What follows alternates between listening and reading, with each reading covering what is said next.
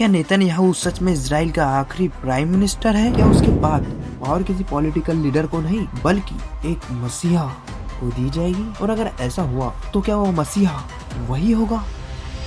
रुको, इमोशन से नहीं स्ट्रक्चर से समझते हैं। इजराइल का प्राइम मिनिस्टर नेतन्याहू इजराइल का आखिरी प्राइम मिनिस्टर है। इसके बाद सारी पावर, सारी ताकत इजराइल अपने मसीहा को दे देगा। और ये मसीहा कौन है?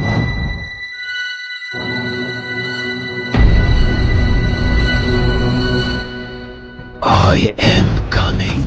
ये मसीहा है अद-दज्जाल। दोस्तों, ये मैं नहीं कह रहा हूँ। आप अगर इंटरनेट पर सिर्फ ये लिख कर सर्च करोगे नेतन्याहू और मसीहा, तो आपके सामने हजारों आर्टिकल्स आ जाएंगे जिसमें यहूदी स्कॉलर्स ये कह रहे हैं कि नेतन्याहू आखिरी प्राइम मिनिस्टर है इजराइल का, और इसके बाद हमारा मसीहा आ जाएगा। क्योंकि जो भी चीज होनी थी मसीहा को आने के लिए, वो सारी चीजें नेतन्याहू ने कर दिया है। Barbarism and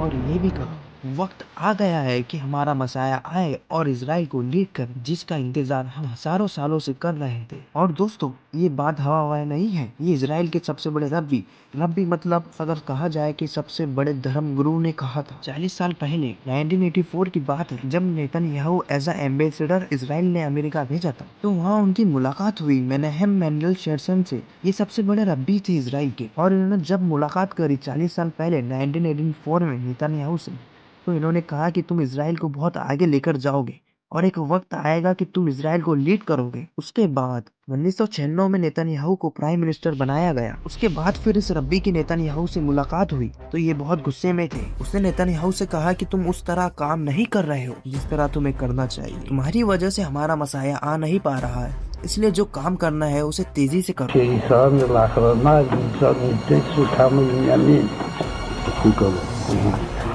מה שלא יעוד, וגם מצו שעדיין משאיר ליבו, אז הייתה מה שהוא במה ידיעתו. עושים. दोस्तों, ये रब्बे की 1996 में डेट हो गई थी, लेकिन नेतन्याहू ने उसकी बात को गांठ बांध लिया और वो काम वैसे ही करता रहा जो उसको कहा गया था। और अब वो काम उसने सारे कर लिया है जैसा उसके रब्बी ने कहा था। तो अब ये वक्त आ गया है कि नेतन्याहू के बाद इजराइल का जो मसीहा है, जिसको मुसलमान अद-दज्जाल मानती है, वो गद्दी पर बैठेगा और सारी पावर्स उसके हाथ में आ जाएगी। जिस रब्बी ने ये भविष्यवाणी करी थी कि नेतन्याहू एक दिन इजराइल को लीड करेगा, 40 साल पहले उस रब्बी को ऊंचे दर्जे का धर्म गुरु मानते थे इजराइल में। जैसे कि क्रिश्चियन में पॉप होते हैं, वैसे ही इस रब्बी की हैसियत थी इजराइल में, और अभी भी है। इसके बताए हुए सारे कामों पर वैसे ही अमल होता रहा। अब वो वक्त आ गया है कि जब नेतन्याहू गद्दी से हटेगा तो इस गद्दी पर बैठेगा अद-दज्जाल। दोस्तों, आपका इस बारे में क्या ख्याल है, कमेंट में बताएं।